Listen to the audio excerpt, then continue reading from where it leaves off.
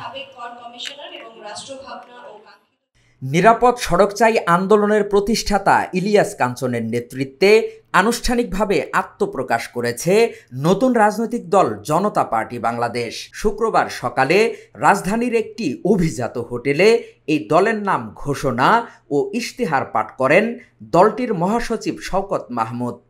নতুন রাজনৈতিক দলের নাম দিয়েছি জনতা পার্টি বাংলাদেশ। আমরা সিদ্ধান্ত নিয়েছি একটি নতুন রাজনৈতিক দলের জন্য একটি সূচনা ইশতেহার প্রয়োজন, যে ইশতেহারের মধ্য দিয়ে আমাদের বয়ান যাবে যে আমরা কেন এই রাজনৈতিক দলটি গঠন করছি। গর্বমরা ইনসাফের দেশ স্লোগান নিয়ে গঠিত নতুন দলের চেয়ারম্যান হিসেবে রয়েছেন চিত্রনায়ক ইলিয়াস কাঞ্চন, মহাসচিব শওকত মাহমুদ ও মুখপাত্র হয়েছেন গোলাম সারোয়ার মিলন। মূল স্লোগান হবে গর্বমরা ইনসাফের দেশ। ছাত্র জনতার বিশ্বকাপানো গণঅভ্যুত্থানে সুতীব্র আকাঙ্ক্ষা আগামীর বাংলাদেশকে গড়ে তোলার ভিত্তি নির্মাণ এখন তার প্রধান রাজনৈতিক কর্তব্য। অনুষ্ঠানে নতুন দলের চেয়ারম্যান জানান, নিরাপদ সড়ক চাই আন্দোলনের মতো রাজনীতিতেও সততার সঙ্গে কাজ করতে চান তিনি। যদিও কিছু কিছু সফলতা আমার এসেছে, কিন্তু আমি যে কথাটি বললাম যে 25 বছরে বাংলাদেশ স্বাধীন হয়েছে, কিন্তু 32 বছরে নিরাপদ সড়ক চাই কিন্তু বাস্তবায়ন হয়নি। আমি নিরাপদ সড়ক চাইয়ের সঙ্গে যুক্ত থেকে যেভাবে সততার সঙ্গে এদেশের মানুষের জন্য কাজ করেছি, ঠিক তেমনিভাবে আমি এই রাজনৈতিক দলের সঙ্গে যুক্ত হয়ে আমি আপনাদের জন্যে, এই দেশের জন্যে সততার সঙ্গে আমি কাজ করতে চাই।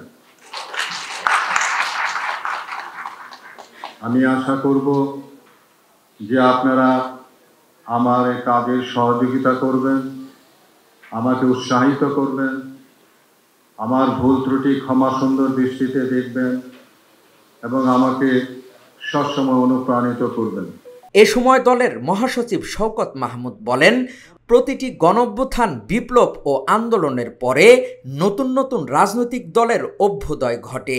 যেহেতু রাষ্ট্র সাজবে ৭১ ও ২৪-এর গণজাগরণে, তাই নতুন দলের আবির্ভাব। শুধুমাত্র সরকার পরিবর্তন অথবা একটি নিরপেক্ষ আয়োজনের আকাঙ্ক্ষাই গণঅভ্যুত্থানের একমাত্র লক্ষ্য হতে পারে না। বিপ্লবের প্রত্যাশায় ব্যাপক সংস্কারের মাধ্যমে নতুন রাষ্ট্রীয় বন্দোবস্ত কায়েম এবং রাষ্ট্রের রন্ধ্রে রন্ধ্রে লুকিয়ে থাকা ফ্যাসিবাদ ও অনিয়ম নাশে ভুল ফোটানো গণতন্ত্র আবশ্যক হয়ে পড়েছে। বাংলাদেশের ইতিহাস সাক্ষ্য দেয়, প্রতিটি গণঅভ্যুত্থান, বিপ্লব ও আন্দোলনের পরে ওইসব সংগ্রামী চেতনায় নতুন নতুন রাজনৈতিক দলের অভ্যুদয় হয়। যেহেতু রাষ্ট্র সাজবে ৭১ ও ২৪-এর গণজাগরণের চেতনায়, সেই আঙ্গিকে নতুন দলের আবির্ভাব অনিবার্য। জাতির এই মাহেন্দ্রক্ষণে জাতীয় প্রত্যাশায় সকল প্রকার বৈষম্য, ফ্যাসিবাদ, আধিপত্যবাদের বিরুদ্ধে গণতন্ত্রকে এগিয়ে নিতে, জনকল্যাণ, ইনসাফ ও সার্বভৌমত্ব নিশ্চিত করতে এবং গর্বিত জাতীয়তা বোধ দৃঢ়ীকরণ করতে আমরা আজ নতুন দলের আত্মপ্রকাশ ঘোষণা করছি। আমরা স্বপ্নদর্শী, শুধু স্বপ্ন নয়, নতুন বাংলাদেশকে গড়ে তুলতে চাই অভূতপূর্ব কর্মযজ্ঞে। এই জন্য তরুণেরা প্রস্তুত, শুধু চাই ইমানি অঙ্গীকার ও পরিকল্পনা। অনুষ্ঠানে নতুন দলকে স্বাগত জানান জুলাই আন্দোলনে আহত ও নিহত পরিবারের সদস্যরা। তারা দাবি করেন, নতুন দলগুলো ২৪-এর চেতনা ধারণ করে এগিয়ে যাবে। যে উদ্দেশ্যে এই গণঅভ্যুত্থান ঘটিয়েছি,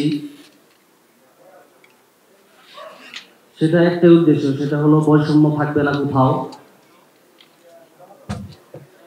এবং বাংলাদেশে অনেক রাজনীতি দল আছে।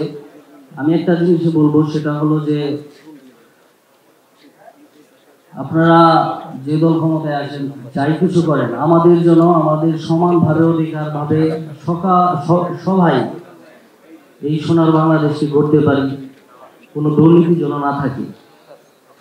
আমাদের অভ্যুত্থানের এটাই উদ্দেশ্য ছিল, এটাই থাকবে। আর আমাদের গণ অভ্যুত্থান কিন্তু শুধু নির্বাচনের জন্য আমরা অভ্যুত্থান ঘটাইনি, আত্মত্যাগ করিনি। অনেক শহীদ হয়েছে, অনেক আহত হয়েছে। গত 5ই আগস্ট যখন স্বৈরাচার শেখ হাসিনার দোসররা আমাদের মাওনা রাস্তায় যে অবস্থান করেছিল, সেখানে আমিও উপস্থিত ছিলাম, আমার শালক উনিও উপস্থিত ছিল। ওইখানে আমার দেখা মতে 20-25 জন লাশ নিজের চোখে দেখছি রাস্তার মধ্যে পড়েছিল। আমার শালকের জন্য এবং এই গণ উত্থানের শহীদ যারা আছে, আহত যারা আছে, সকলের জন্য দোয়া করবেন। সততা, ন্যায়পরায়ণতা ও সব দলের মধ্যে ঐক্য থাকলে রাজনীতি ফ্যাসিবাদ মুক্ত হবে এবং দেশ এগিয়ে যাবে বলে মনে করছেন আগত অতিথিরা। হাকিম মাহি, ঢাকা জার্নাল।